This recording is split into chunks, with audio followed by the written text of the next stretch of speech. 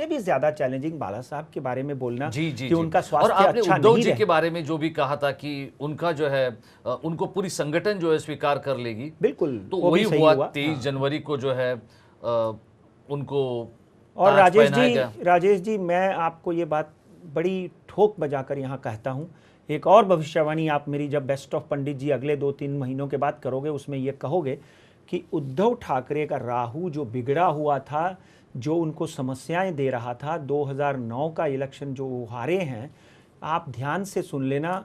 BMC का election मैंने बिंदास बोला था कि शिवसेना सत्ता में आएगी, बीएमसी में आई, और ये बात में कोई दो राय नहीं कि उद्धव ठाकरे, राज ठाकरे, गोपीनाथ मुंडे, भारतीय जनता पार्टी के लोग और रामदास आठवले, ये सब लोग मिलके उद्धव ठाकरे और मजबूत होंगे।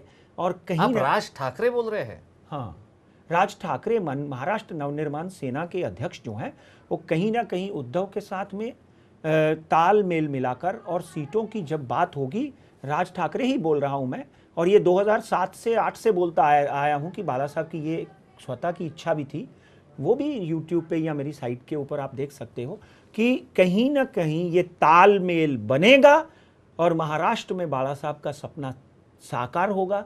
महाराष्ट्र में उद्धव ठाकरे अगला मुख्यमंत्री निर्वाचित करेंगे और भारतीय जनता पार्टी का उप मुख्यमंत्री भारतीय जनता पार्टी के अध्यक्ष राजनाथ सिंह निर्वाचित करेंगे।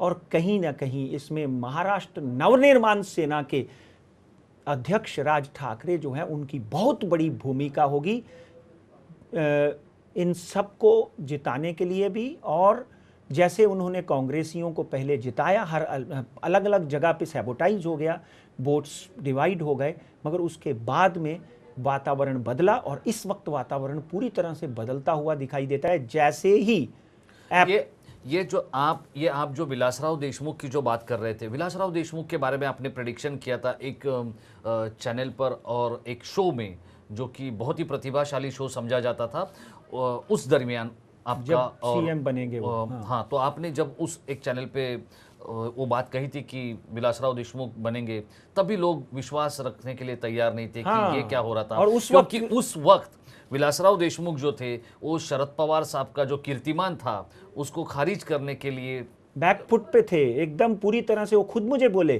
कि मेरा कहीं भी नाम नहीं है, आप मत बोलिए, आपकी भविष्यवाणी फेल हो जाएगी। और आप यकीन नहीं करेंगे कि जिस दिन गुलाम नबी आज़ाद ने ये बोला कि अगला मुख्यमंत्री विलासराव देशमुख होगा, उन्होंने विलासराव देशमुख की जगह शिंदे का नाम लिया जी। और 15 मिनट तक तो मैं भी स्तब्ध रह गया, मगर 15 मिनट के अंदर अंदर ही मुझे एक फोन आया कि भाई आपकी भविष्यवाणी सत्य हो गई, विलासराव देशमुख वापस निर्वाचित हो गए। इसी तरह ये उद्धव ठाकरे की बात हो सकती है। बिल्कुल इसी तरह उद्धव ठाकरे जो है, आज जो है, कहीं राज देखिए ठाकरे आज जो है, अगर माहौल देखा जाए तो उद्धव ठाकरे जी के लिए इतना पॉजिटिव है नहीं जितना कि आप ये भविष्यवाणी के साथ कहते हैं। क्योंकि पिछले 15 साल से सत्ता में बैठी हुई जो एनसीपी और कांग्रेस की जो सरकार है, वो इतने आसानी से तो सत्ता से देखिए उद्धव साहब ने जब भी अपना कारोबार संभाला, पंडित जी, मैं 3 दिन पहले संभाला, उसकी भी कुंडली में बना चुका हूं।